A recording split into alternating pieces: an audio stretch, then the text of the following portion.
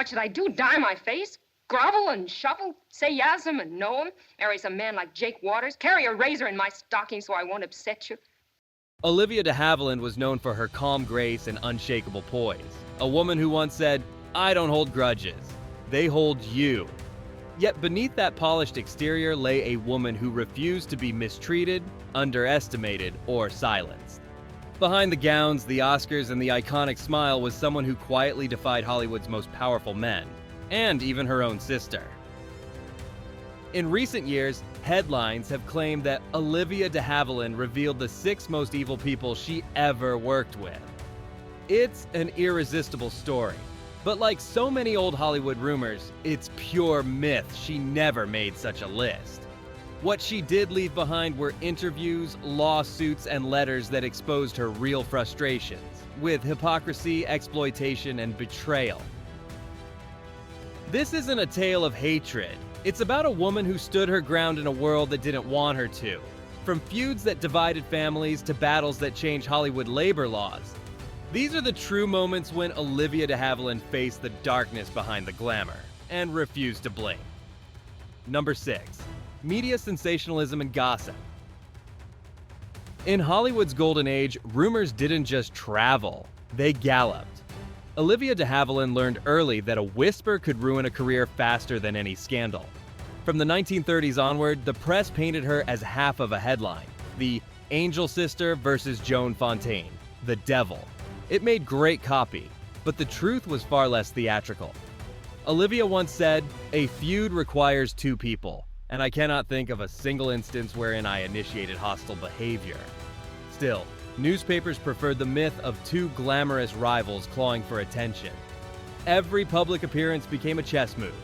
A missed luncheon invitation turned into cold-hearted snub. A polite silence was twisted into arrogance. To Olivia, it felt like the press was less interested in truth than in keeping her and Joan at war forever. "They would rather invent fireworks than print kindness," she told a friend in the 1970s.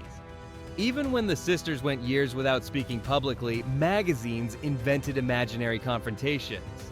The rivalry was too profitable to end.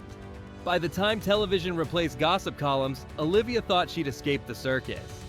She moved to Paris, valuing privacy over publicity. But in 2017, long after her retirement, Hollywood pulled her name back into headlines again. The FX television series Feud, Bet, and Joan dramatized the bitter rivalry between Bette Davis and Joan Crawford, and decided to include Olivia de Havilland as a character, played by Catherine Zeta-Jones. Blanche, you got to help me. We've got to leave, please. Without permission, the show's writer scripted her calling her sister a bitch on camera. For a woman who prided herself on dignity, that was the ultimate insult. "I have never publicly disparaged my sister," Olivia told The Guardian in a letter she accused producer Ryan Murphy and FX of putting false words in her mouth and stealing the value of my identity for profit. At 101 years old, she took the network to court. The lawsuit was dismissed, but her moral victory was clear. She refused to let Hollywood storytellers twist her truth one more time. The real irony? Olivia wasn't trying to silence art. She was defending integrity. She warned that if studios could freely invent words for living people, then anyone's life could be rewritten for ratings. That principle wasn't about vanity. It was about fairness, the same virtue that had driven her decades earlier lawsuit against Warner Brothers. She was consistent to the end. When something was wrong, she spoke up. Her battle against gossip reflects the larger fight artists still face today. In a world of social media spin and viral headlines, fiction often drowns out fact. Olivia's life reminds us that reputation is fragile and that the truth is worth defending, even when the odds seem impossible. Number 5. The Warner Brothers battle, Jack Warner and the system. If there was ever a moment when Olivia de Havilland stopped being the girl and became the woman who changed Hollywood...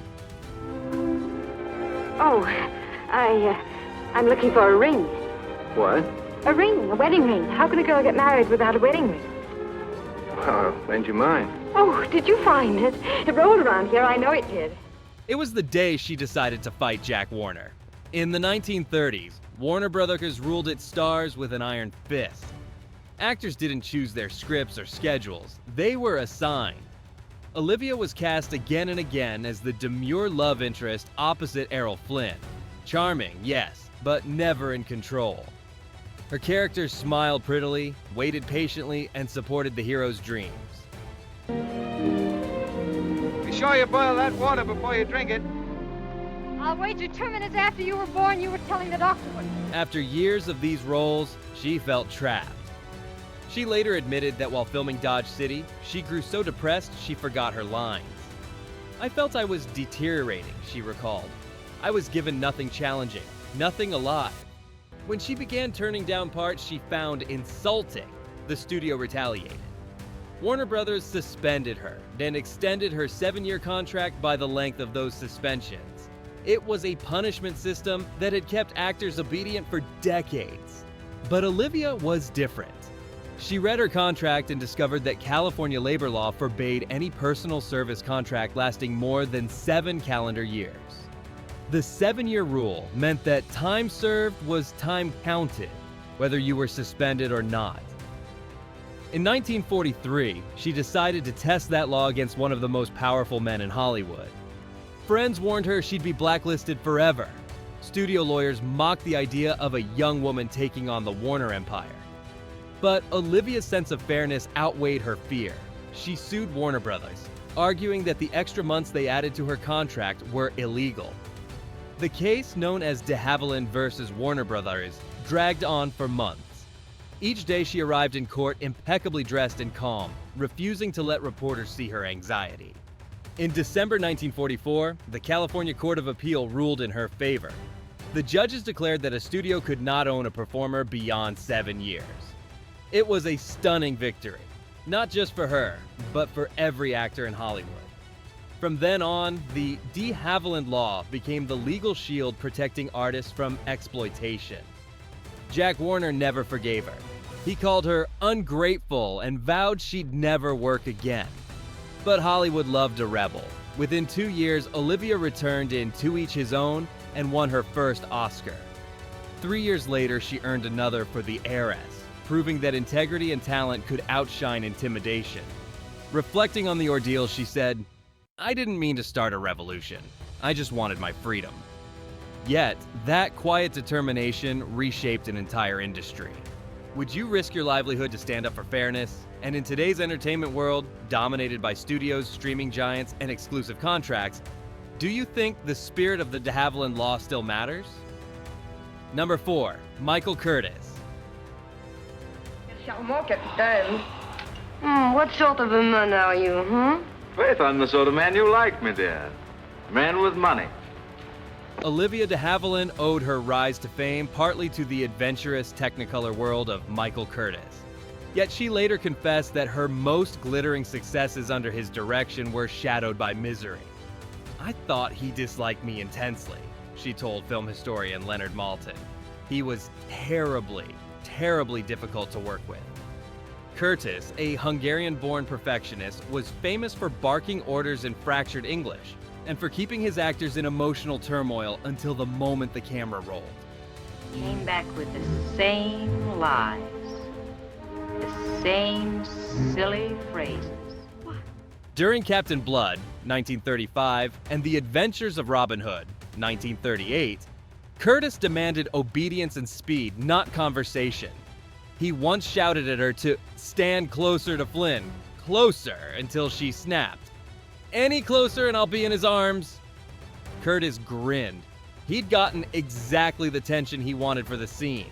To the studio, this dynamic looked like creative chemistry. To Olivia, it was humiliation disguised as direction. "He drove everyone like a horse," she later said. Even Errol Flynn, her swashbuckling co-star, reached a breaking point.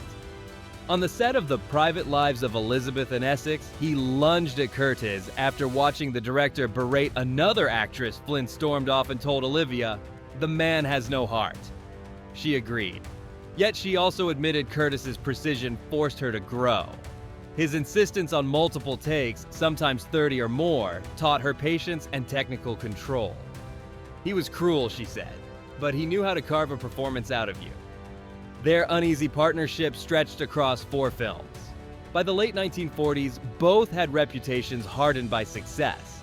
He is the studio's tyrant genius. She is the actress who dared to think when Curtis requested her for The Proud Rebel, 1958, most assumed she'd refuse. To everyone's surprise, she accepted. The two reunited in a small Utah town for the Western about loyalty and loss. This time, there were no tantrums. Curtis, older and gentler after years of illness, treated her with warmth. Olivia later said, "Perhaps we finally spoke the same language, respect." Their story feels like a miniature of old Hollywood itself. Brutal beginnings, grudging admiration, and the faint hope of reconciliation. It's easy to imagine how Curtis's relentless style might have shaped her future defiance. Working for a man who dismissed her feelings probably steeled her for the day she stood up to Jack Warner. Adversity in her world was simply rehearsal for courage. Have you ever worked for someone whose criticism secretly made you stronger? Can cruelty ever be justified if the result is art that lasts for generations? Number 3. Richard Burton. Philip, how can you be so blind? How can you let yourself be torn and humiliated? Because I love her, don't you understand? Because I love her and nothing else. Because it isn't a little love and it isn't a fancy and it isn't a... When Olivia de Havilland agreed to star in My Cousin Rachel, 1952, she expected a challenging gothic romance.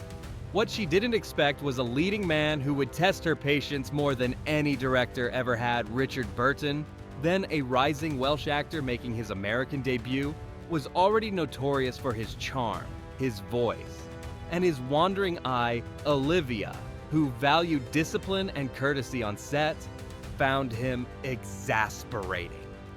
According to journalist Roger Lewis, who interviewed her decades later in Paris, she couldn't stand Burton. She told him she despised the way he openly cheated on his nice wife Sybil, and called him an unscrupulous chancer. Burton's self-destructive magnetism fascinated audiences, but to Olivia, it signaled immaturity disguised as charisma. He drank too much, he flirted too much, and he respected too little, she reportedly said. On the My Cousin Rachel set, their tension simmered beneath every line. The film's story, about a man consumed by jealousy and obsession, mirrored reality more than viewers knew. Burton played Philip, a naive heir convinced that his cousin Rachel, Olivia, murdered his guardian, only to fall hopelessly in love with her off-camera. Burton's swagger annoyed her to no end.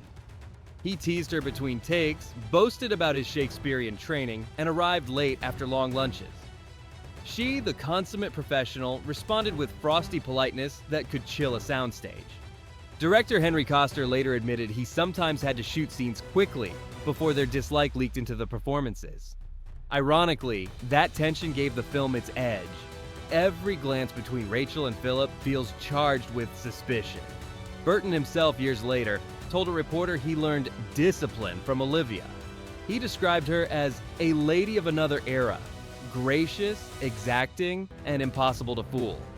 Whether that was respect or guilt, no one could tell. Decades later, when My Cousin Rachel was reevaluated as one of the great Gothic thrillers, Olivia recalled with a sly smile that she rather enjoyed poisoning him. She was referring to the film's ambiguous ending, in which Philip drinks from a cup possibly laced with poison. "I can't say it wasn't satisfying," she confessed, laughing. Her candor turned a tense working relationship into one of her most quoted anecdotes. Critics at the time praised Burton's performance and nominated him for an Academy Award, while Olivia's subtlety was overshadowed by his stormy presence. Yet she never complained publicly. Her grace in the face of frustration became another hallmark of her career. In private, she simply crossed Burton off her mental list of people she'd ever want to work with again. Number 2. Joan Fontaine, her younger sister. No story about Olivia de Havilland's life is complete without mentioning her sister, Joan Fontaine. Their decades-long feud remains one of Hollywood's most famous and misunderstood rivalries. Beneath the glamour and gossip, however, lay years of hurt feelings, competition, and two very different personalities forced into the same spotlight. Born barely a year apart, Olivia and Joan grew up in a household filled with tension. Their parents divorced early, and their mother, Lillian Fontaine, openly favored Olivia. When both girls entered show business, their shared ambition became combustible. Olivia kept her real surname de Havilland, while Joan, perhaps to escape comparisons, adopted their mother's middle name, Fontaine. Olivia later said she disapproved of that name. It wasn't real.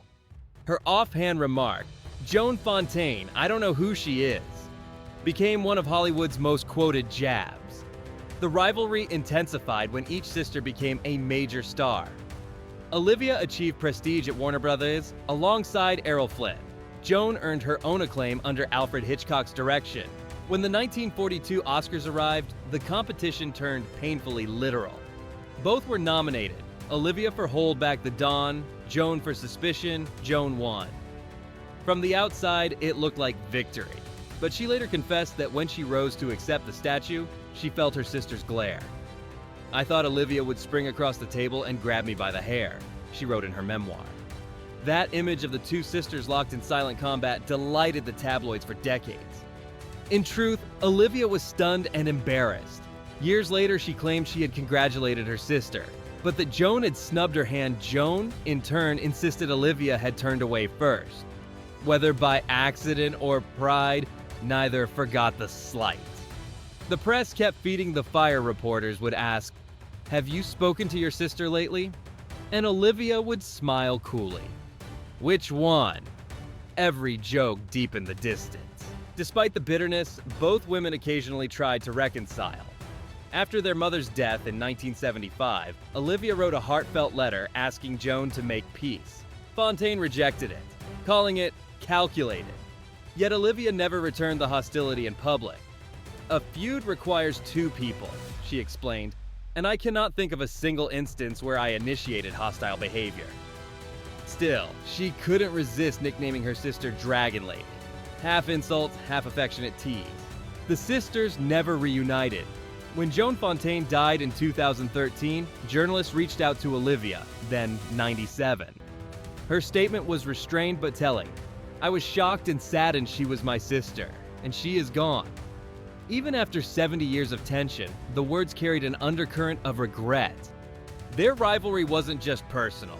It reflected the pressures of an industry that thrived on competition between women. The studios and media elevated one sister only by diminishing the other. In a sense, they were victims of the same system that rewarded public conflict over private healing. Can sibling rivalry ever be separated from envy, especially when success is at stake? And do you think the press fueled their conflict beyond repair? Number 1. Jack Warner and the studio system. Reservation was cancelled. We held it for you until 8 o'clock. But that reservation was made 2 weeks ago. I'm sorry, Miss Allard. It was claimed by the government. You should have come earlier. Sergeant Baker's a soldier. He's been on duty until 8 o'clock. This is the first night off he's had in 2 weeks. How do you expect him to come earlier? When Olivia de Havilland first signed with Warner Brothers in the 1930s, she was just 19 years old. Young, elegant, and eager to work. But what began as a dream quickly became a gilded cage. Warner Brothers typecast her as the dutiful ingenue, the soft-spoken love interest who gazed adoringly at Errol Flynn while he swung from chandeliers. At first, the roles paid well and made her famous, but soon she realized she was repeating herself. "I was sick to death of playing the girl," Flynn later recalled her saying. She wanted to show she could really act. Under Jack Warner's regime, rebellion wasn't tolerated. Contracts bound actors for 7 years, but the fine print allowed the studio to tack on extra time for any suspension, vacation, or refusal of a role. If Olivia turned down a script she felt was beneath her, the studio simply extended her term. By 1943, she was exhausted, still trapped in costume dramas and romantic fluff. Then came a pivotal moment. Warner offered her another decorative role. She refused. The studio suspended her, docking pay, and adding months to her contract. Instead of surrendering, Olivia went to court. Her lawsuit, de Havilland vs. Warner Brothers, became one of the most consequential legal battles in Hollywood history. Industry veterans warned her she'd never work again. "You can't fight Jack Warner," they told her. But she did. Backed by her attorney, Martin Gang, she argued that California labor law limited personal contracts to 7 calendar years. No extensions, no loopholes. The trial dragged on for months. Warner's lawyers painted her as ungrateful. Olivia stayed poised, explaining she only wanted the freedom to choose challenging material. In December 1944, the court ruled in her favor. The decision, now known as the de Havilland Law, freed countless actors from endless studio bondage overnight. She became a hero among her peers. Jack Warner was furious, calling her a difficult woman, but history remembered her as something else: courageous. "Everyone said I was finished," she later recalled, "but I felt liberated. For the first time, I could decide what kind of woman I wanted to be on screen." That freedom changed her career. Within a few years, she delivered 2 Oscar-winning performances, To Each His Own, 1946, and The Heiress, 1949, roles Warner would never have given her. Ironically, the studio she defied had prepared her for greatness by underestimating her. Her calm, measured defiance became a blueprint for later generations of actors demanding creative control. De Havilland rarely spoke of Jack Warner again. When asked decades later if she ever regretted defying him, she smiled. "No, if you believe you're right, you have to fight." That's the only way progress is made. Olivia de Havilland's story isn't one of hate, it's one of integrity. The myth that she carried lists of enemies simplifies a far richer legacy. What she truly carried was a lifelong insistence on respect, for her craft, for truth, and for herself. Each so-called feud reveals something larger. Her clashes with Joan Fontaine reflected a family torn between rivalry and love. Her disgust for Richard Burton showed her moral line in an industry that often blurred them. Her battles with Michael Curtis and Jack Warner became tests of endurance that transformed her from ingenue to pioneer. Even in her old age, when she took on Ryan Murphy and FX over Feud, Bet, and Joan, she wasn't chasing headlines. She was defending the right of artists to control their own stories. That's what separated Olivia from most of her peers. She understood that dignity wasn't granted by studios or the press. It was something you fought for every day, even when the fight was lonely. Looking back, it's clear she didn't hate easily. She demanded fairness, precision, and honesty, qualities that frightened those who mistook strength for spite. Beneath her elegance lay a quiet defiance that reshaped Hollywood law, inspired future generations of performers, and left her name synonymous with grace under fire. So, what do you think? Was Olivia de Havilland a difficult diva or a woman ahead of her time? Does defending your own truth ever come without cost?